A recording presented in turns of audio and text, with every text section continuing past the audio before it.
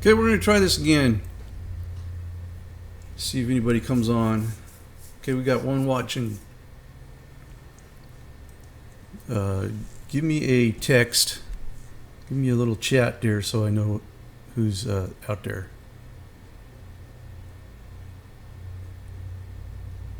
Okay, we're going to try this again. See if anybody comes on. Okay, we got one watching. Give me a text. Give me a little chat there so I know who's out there. All right, well, what I'm going to do is start this over again. I don't know what the problem was, why. Okay, we're going to try this again. Why the stream failed. But I'm going to go ahead and go through this. And hey, Debbie. Yeah, good. Hi, Debbie. Give me a I'm going to start this over again. Give me a little chat there. And the first thing I have is... All right, well, what I'm going to do is start this over script again. That I wrote. I don't know what the I'm going to start over so that the recording will be complete. Why the stream failed. But I'm going to go ahead and go through this. And hey, Debbie. So what I'm going to talk about is finding a bug out location. And I'm going to start this over again. You are looking for a bug out location. The first thing I have is... And I got a little bit of a script here that I'm going to read through, and then we'll get into some of the details. The recording will be complete. We won't get granular, but we'll just kind of have a high-level view. So what I'm going to talk about is finding a bug out location. So let me start with the script.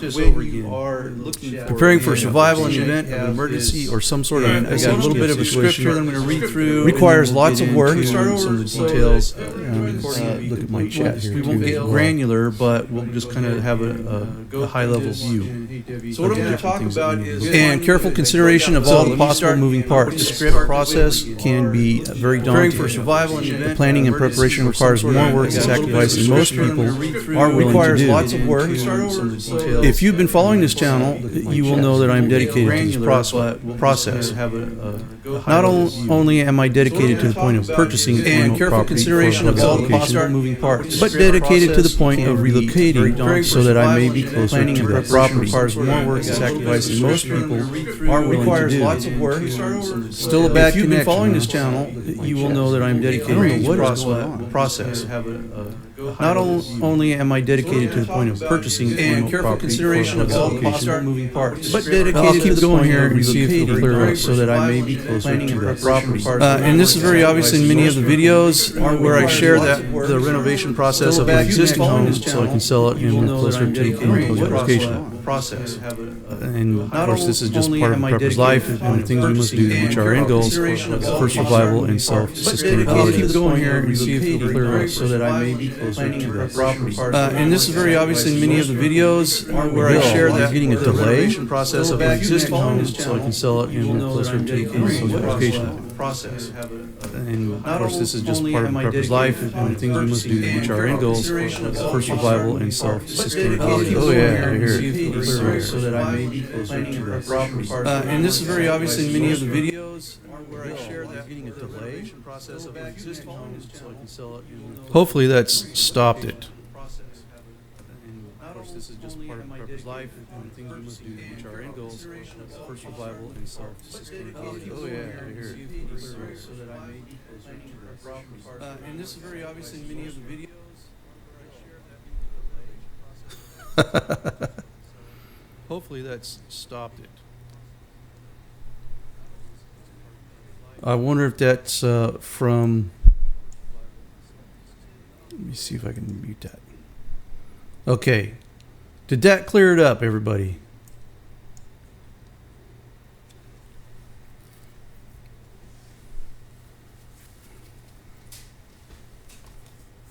Okay, what happens is, and I don't hear it because I don't have speakers on, but what happens is when I'm watching the live preview myself, it's playing through the system. Yeah. Okay, Tammy, thank you.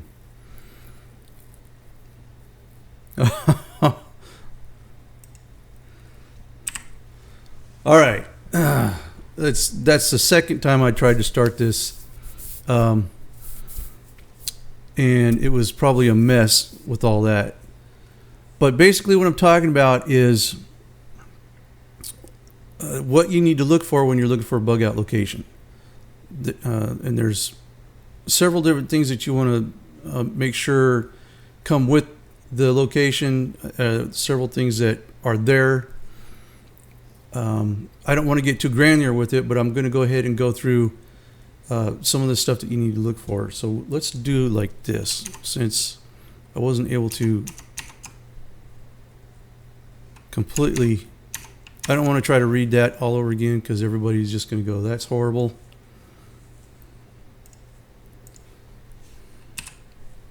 All right.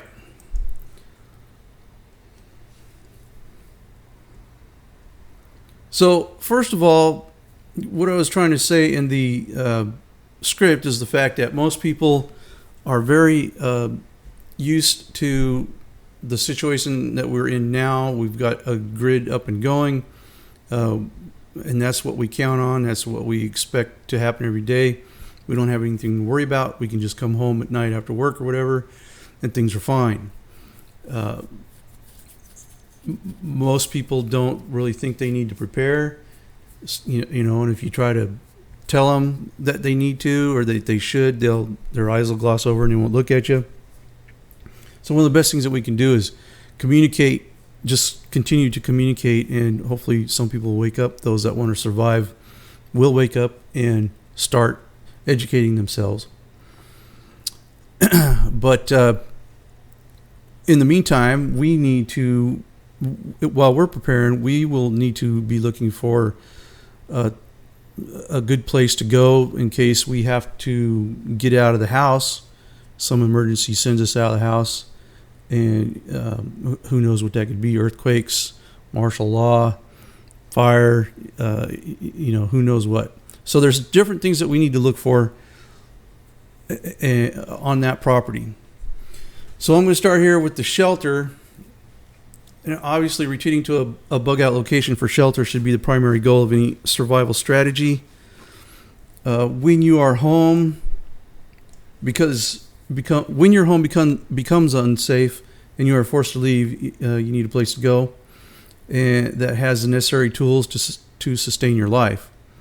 So the first major thing on your bug out destination to-do list is to actually acquire or purchase some land. Now, of course, if you're unable to do this by yourself, a good idea is to consider teaming up with friends or other family members to make the purchase. And obviously, they will need to be like-minded about survival and prepping. But this could lead to the building of a great survival community. If there are others dedicated to the process like you are, and you are working together, of course, this could lead to great training sessions and sharing of knowledge. And another thing, if you're not currently in the position to purchase property yourself or with partners, the best advice that I can give for you is to set that as a goal and set out to do the work and planning required to get to that point. And obviously here, hard work and dedication is the key. But in the meantime, practice and train to survive while on the move. Educate yourself about the wilderness survival. Educate yourself about wilderness survival and train for that. Because until you have a place to go during an SHTF situation, you must be prepared for the worst conditions and be able to survive in them. Worst conditions could mean the necessity to remain hidden out of sight. And of course, wilderness survival is the best way to do that. Although not recommended, you may find yourself surviving as a lone wolf. So learn how to survive that way while working towards your goal of purchasing a bug out location. Now, some things you should look for when purchasing a bug out location include the remoteness, if that's a word, water sources, security and concealment, avoidance of government red tape, natural food resources, and finally the building of skills. Now I'm going to touch on these. Of course, I'm not going to get too granular with it because we just don't have time to go into that much detail. All right, let's see what we got for comments here.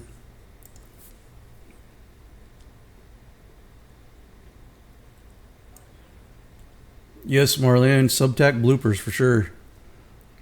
I don't know if it was me or YouTube. I had to change the stream key. If anybody knows about live stream, I went ahead and changed that key. And it seems to be better now. Let's see, W-Light, yes. Okay, and William Nutley, multiple audios, technical problems, good luck. All right, thanks, Buckeye. Okay.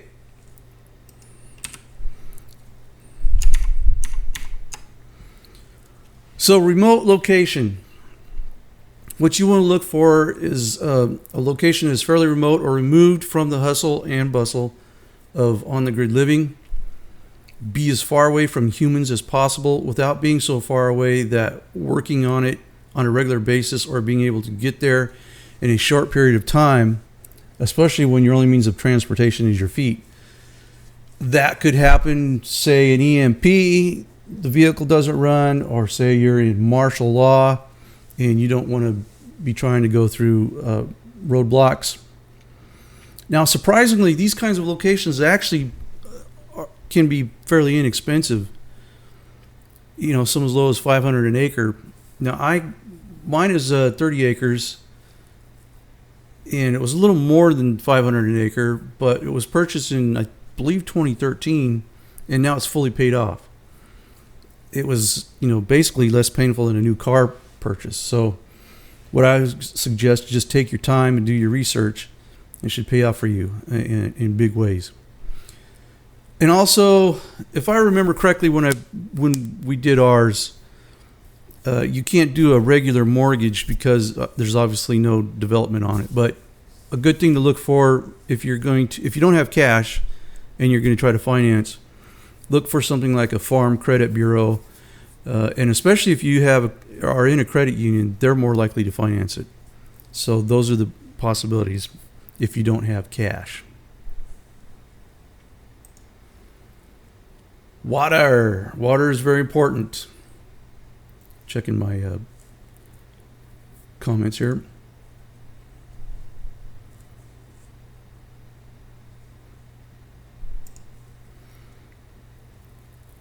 So you want as many water sources close by as possible, and the best is to have them on the property itself. Springs, creeks, and rivers are great sources of water, of course, and do check if there's any flood history for the property. The last thing you want is property prone to flooding. You will want to dig a well, and if there is an artesian flowing well, that is the best. If you don't know what the artesian well is, it's a well that is a source of water that basically you just poke a hole in the ground and the water will flow out without any help from a pump. So do your due diligence and ask about water sources on the land. Also ask about mineral rights. This is also important, and what that means is that anything on your land is yours. Water, oil, gas, stuff like that. You don't want government breathing down your neck about that kind of stuff. Or anything that you do on your land, because they or somebody else has rights to the resources on your land and you don't have those rights. So that's one of the big questions. Ask when you're buying land, will I have the mineral rights to the land? Next up, government red tape. Avoid that at all possibilities. Let's see, I'm going to check out the comments here before I move on.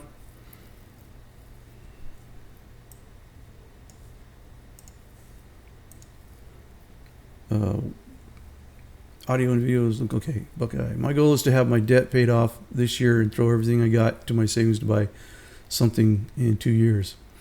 Good goal, Buckeye. What is a good source to find properties like this? Well, we just started looking online. There's actually, I can't remember what they called them, but there's sites that will list just vacant land or land that's not developed, and I can't think of what they're called at the moment, how they call it, but remote land or undeveloped land, rural land, anything like that. unless you want something that already has a house on it, more than likely something with a house on it is going to be a little more closer to the hustle and bustle that you kind of want to stay away from. But it's a good idea to check those sites and look there. I think that's where we started. If you mean me moving into your house, you're moving into my house. Yeah, make sure to install granite countertops. FEMA inmate. I enjoy your comments, by the way. Okay, so let's talk about this avoiding the government red tape. What you want to do is check the zoning requirements for the county and state your property is in. Most of the time, you'll find that counties and cities will create zoning statutes based on state. I think I said it wrong. Most of the time, you'll find that counties and cities will create zoning statutes based on state requirements. So the first thing is, you don't want to buy something in a city. So if you're outside of a city, next you're looking at what the county does for zoning. And basically most of the time you'll find that they do their statutes and codes based on state requirements. Now in some cases, and this was our case, the state will leave zoning statutes up to the counties. In other words, the state doesn't say, okay, we have to have these certain rules.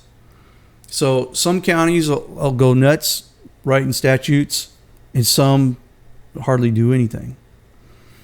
So if you're lucky, that means the counties won't have much in the way of rural statutes for structures, crop growing, and raising animals.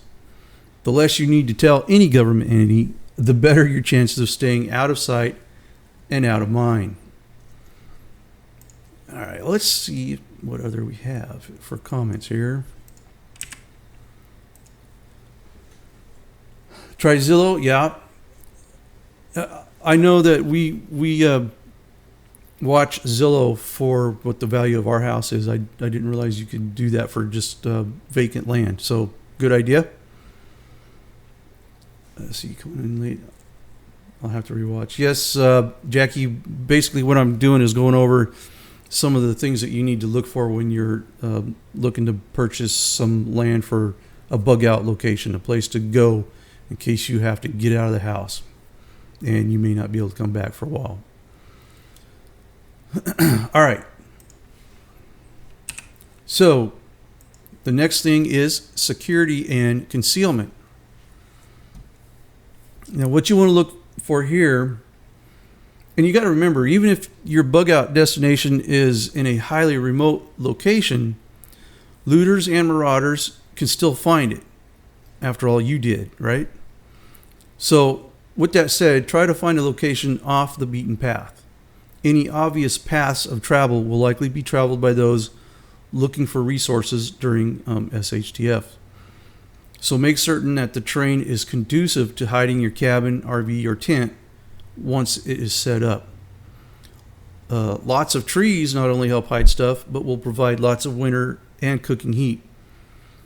Now, when it comes to fires, you want to be careful because the smell of roasting meat can be smelled a long way off, and the sight of smoke rising up through the trees is a clue to your existence. Additionally, you want to learn about natural barriers and way to deter possible looters with the resources that are found on your land. So you learn about these different kinds of things like, for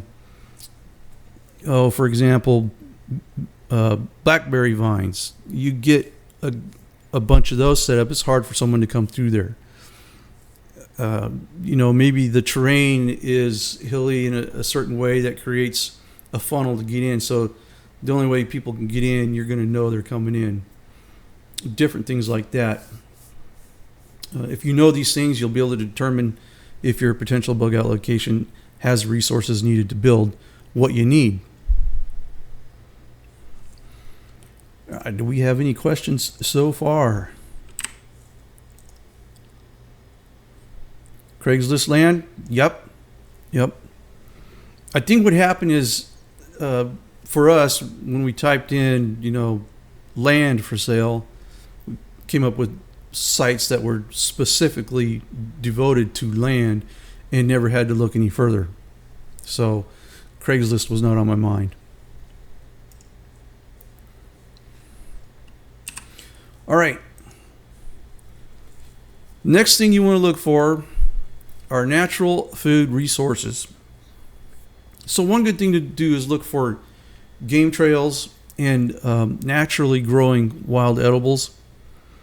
If there are a lot of game trails and tracks, you know that when the time comes, you will have a readily available source for when you first drop, onto the bug out location for a long-term stay.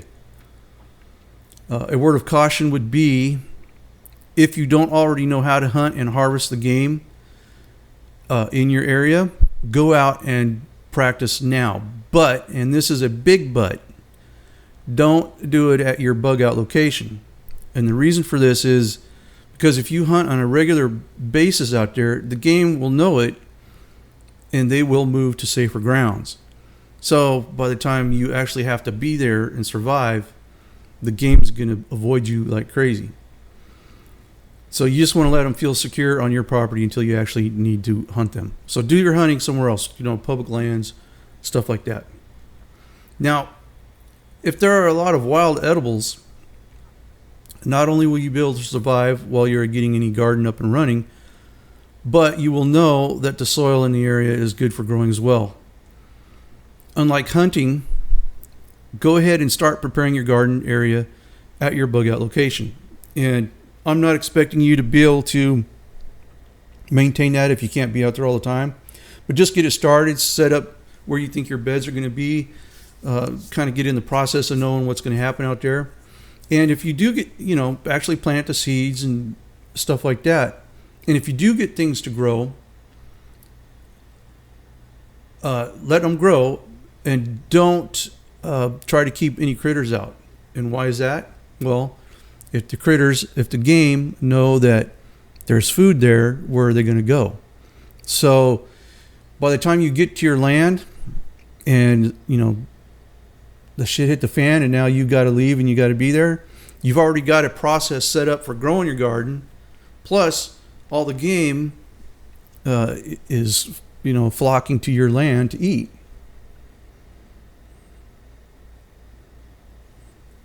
Okay, let's check comments again.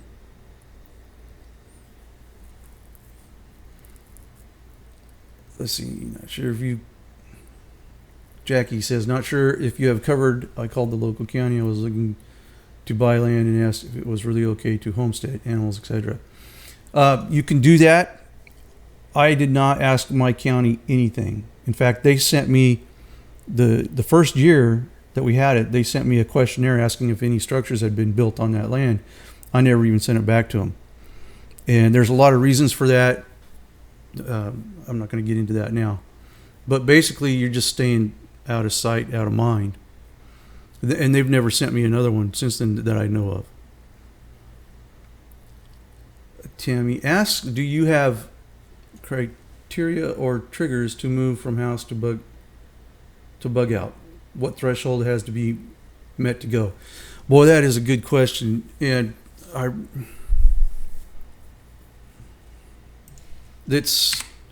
is a hard one to answer, because something bad could happen. If your house isn't destroyed in a disaster, if it's destroyed in a disaster, but there's not a political uprising or something like that, then you're going to want to go out there to survive until the house is rebuilt, or however you've dealt with your insurance or whatever.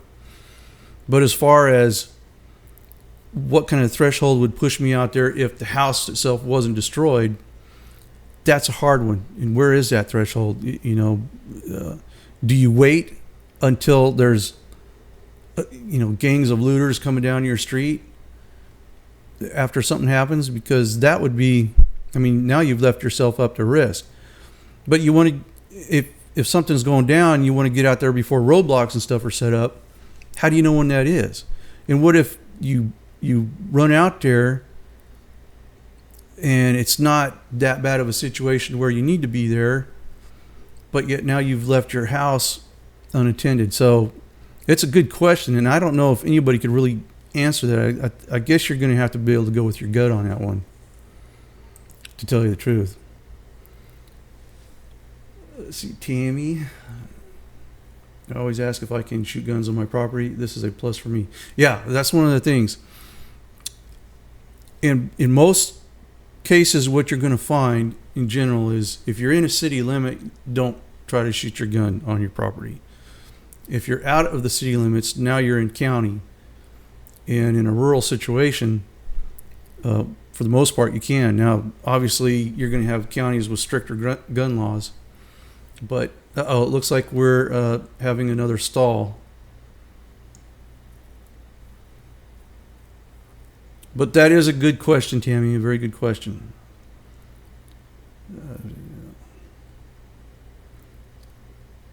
Now, FEMA inmate says, I'm moving to rural land with deer and game. Yep. I'm planting trees and gardens, but I want to go hunting, and my mom won't let me. She says it's inhumane. They're not humans. The animals are not humans. I mean, that's all I could say. They're, if you need to eat, that's what they're there for. You have a Mosin nugget? Yeah, those are fun. Hey, Dan. Hello. Okay, so let's see. We talked about the natural food resources. So the next thing, in fact, let's take a look at that, is building your skills. Now, what do I mean by this? Well, while you're looking for a bug out location, one thing to consider is the ability to go there, to learn and practice new skills, and to not be bothered. If you've found a good concealable place, you can train and practice without prying eyes, wondering what you're doing, and at the same time giving away the fact that you are building a prepper's bug out location. Now, as you get into the details of all the things you will need to be able to do to survive at your bug out location, there will be the necessity to go out there from time to time and train. So look at the property you want to acquire as a training ground or training camp as well. In that way, if you can see that before you buy it, you'll know that you'll be able to go out there and train. In training and practicing your stuff, just like I was talking about setting up the garden, you're getting it set up out there already. And even though you know that you're probably not going to pull harvests off of it and eat, and you're not going to be able to go out and maintain it on a regular basis, at least you're figuring out the process on that land, and you're learning the different things that you'll need to do to keep it going. Training also will be like how to protect the property, so you'll start to learn where your how your terrain is set up and how you can protect from there. Any kind of natural barriers that you can train around, any funnel points that you can train around. And the best thing is, once you're on your land and you get to know it like the back of your hand, that's going to give you an upper hand compared to anybody that's just trying to come out and loot or attack. So those are kind of high level points that you need to look at. And of course, with each one, there is a whole bunch of granular stuff to think about. And obviously, we can't get into that with the time constraints, unless I wanted to sit here all night and go through a bunch of stuff. But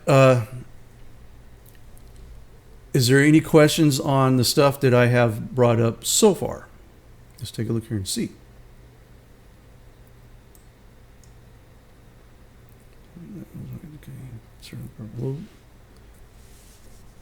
Oh, Mr. Gas, yes, hello. Sunny South Carolina. I assume that is the SC. Yeah, it was sunny here today too. I got a lot of things that I'm trying to do around the house, and it would have been nice to have been able to get out there and work on them today because of the sun. But I don't have it. I've been so busy with everything in here that I haven't had a chance to get out there. Had a good day yesterday. Got a lot done for the front yard, which is kind of where we're kind of coming to the end of this whole process. Is getting that set up for it's a curb appeal. There's still a lot left to do there, but I got some of the harder stuff done. Kayo Kamala, and I know I probably really butchered that. Where do you mount it? Oh, yeah, good question, and that's for a FEMA inmate. Where do you think the hamburger meat and hot dogs come from? Somewhere not inhumane? Somewhere that's not inhumane? Yeah, I don't know if you've ever... There is a article that was a letter to an editor that was sent out that's gone viral. It's just a kind of a short little letter to the editor. But what it was doing was, it was like an open letter to hunters. And whoever wrote it was like chewing out hunters for going out and shooting, deer or whatever to get their food. And the bottom line that they had was, you should just go to the grocery store where your food is made. So that kind of goes to show you the mindset of some people. It's kind of crazy. Anything else?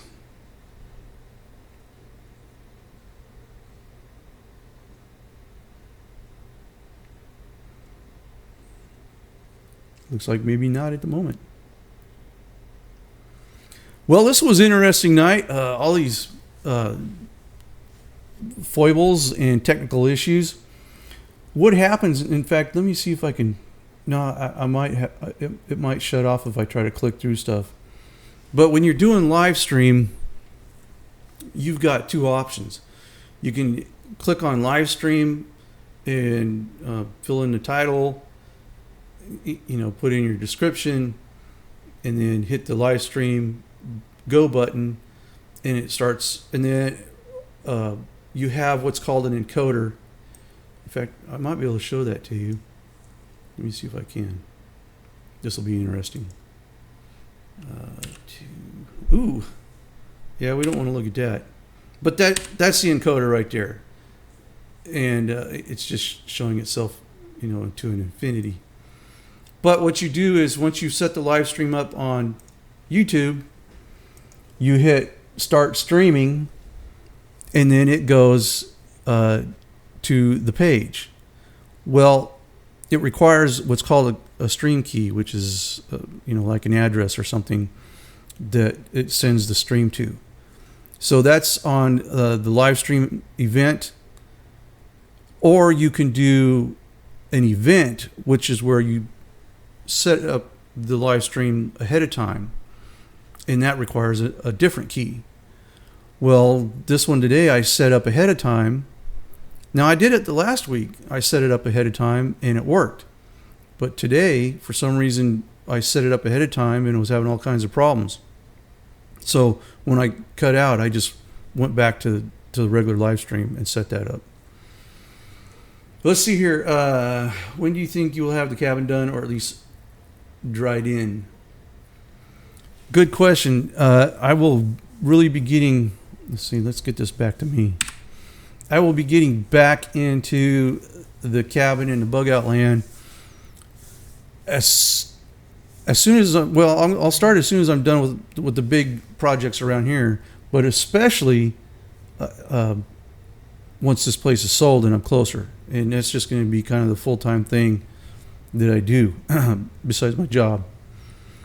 So right now an ETA on that is kind of hard to tell, but I do know that once I can really get back onto it, it won't take much longer as far as getting it covered with the roof and doors and windows in it.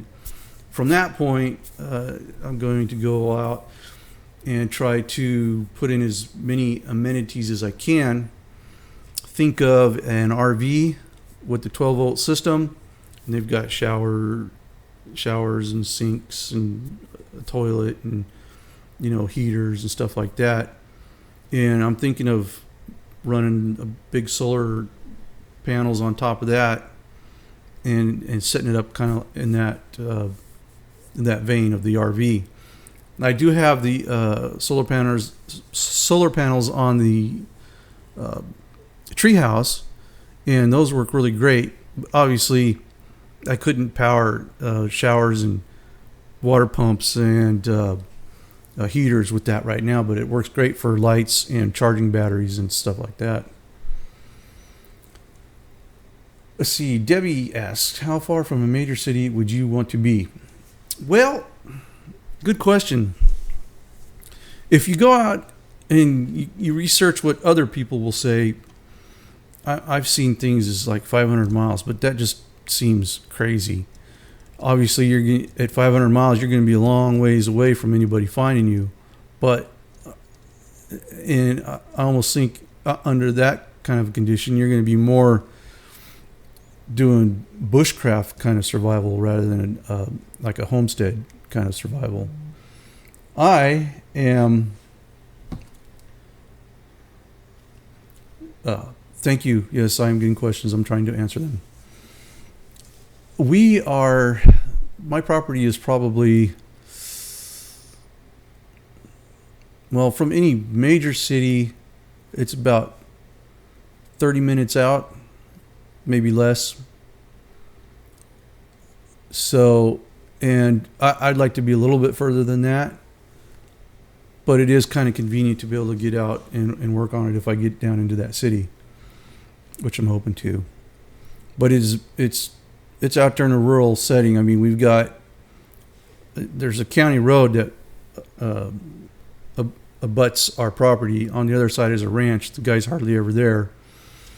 And then around me is, acres and acres and acres of forest where I think one guy owns it, and he lives way, way, way back, and I don't think he does a whole lot. So there are people that take those old county roads, and they're gravel roads, and most of the people that go down those roads either live on farms off somewhere, or they're old drunks that are trying to avoid the regular county roads that where cops might be. I have never seen a cop or a game warden or anything out there.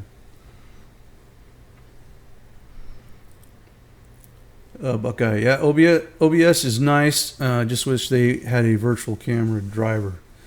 Yeah, that's another thing that someday maybe we might try to get into. I don't know, virtual cameras, but and OBS is free, which makes it nice. I tried to do some like XSplit for paid because I thought that they would. I got their trial versions to see if I could use it, but for some reason, the XSplit would never let me get into YouTube. Every time I'd get to the point of starting a stream, it would say I haven't signed YouTube's live stream terms, whatever, and I could never figure out why it wouldn't let me do that. So I just went to OBS and haven't looked back.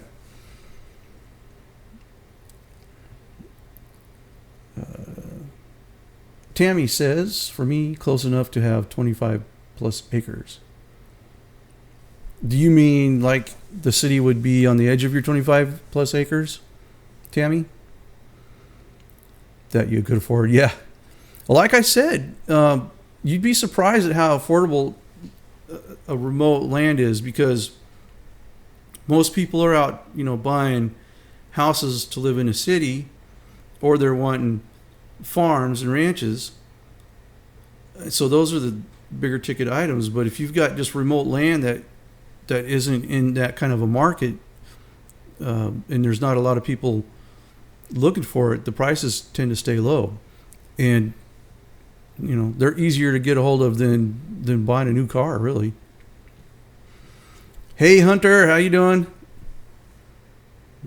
Tell me, did you think about moving in a prefab house or camper? No, because back where I'm at, I wouldn't be able to get any. I mean, you can't even get anything to carry that stuff back there. So everything I do is moved in by hand. So all of my materials are taken in stick by stick, block by block. But yeah, it would be nice to be able to do that. I had thought at one time, I wonder if I could get a trailer and take it apart and carry it back there, but that would have been crazy. Or a small camp trailer, and maybe that way I could squeeze it in through the trees, but I would have to basically use a come along to drag it back there, and that would be a long ways back. And in text farmer, how many acres do you have at your BOL? I got 30 plus, I believe 30 acres. And I'm sure Marlene, if she's watching, she could back me up on that. I believe it's 30 acres. And now my property has most of the things that I talked about here that are that you want. One of the issues that I do have is the fact that it's kind of mostly a hollow, or I shouldn't say that. There's a hollow, and then there's up above there's flat land, but I've done everything down a hollow by the creek, by the spring, and so that does bring up security issues, guard issues, but I've been working on ways that we can deal with that. So when it gets to that point, we'll talk about that. Is it possible to put in a rock driveway? It is possible, but I do not want to make it possible to get vehicles back there. The more remote, the harder to get back there, the better. In fact, I don't know how many of you were watching the channel back at one point. It was looted, and I think I figured out who did that, by the way, and I know how they did it. But what they had done is they had a smaller truck, and they were able to back it through the trees and down and load it up what they could on it and then get out. But there was only one entry point to do that, so I've blocked off that entry point, so you can't get anything down in there now. But I kind of think I know who did that and why they did it. Another story for another day. All right, thank you, Tammy. Thanks for stopping by. Buckeye, how far from a small town would you want to be? Well, if you still have access to vehicles, being 20 minutes out would be fine. But 20 minutes out, if you've got to walk, is a day's walk. So it'd be hard to. You'd have to make that decision on how you want to be able to travel back and forth to that town and under what conditions. What do you think of Gatlinburg area? I think it's beautiful. I don't know much about remote properties and stuff around there, but I do know that it's a beautiful area there. And I don't know about any kind of county statutes or, federal lands that you might encounter.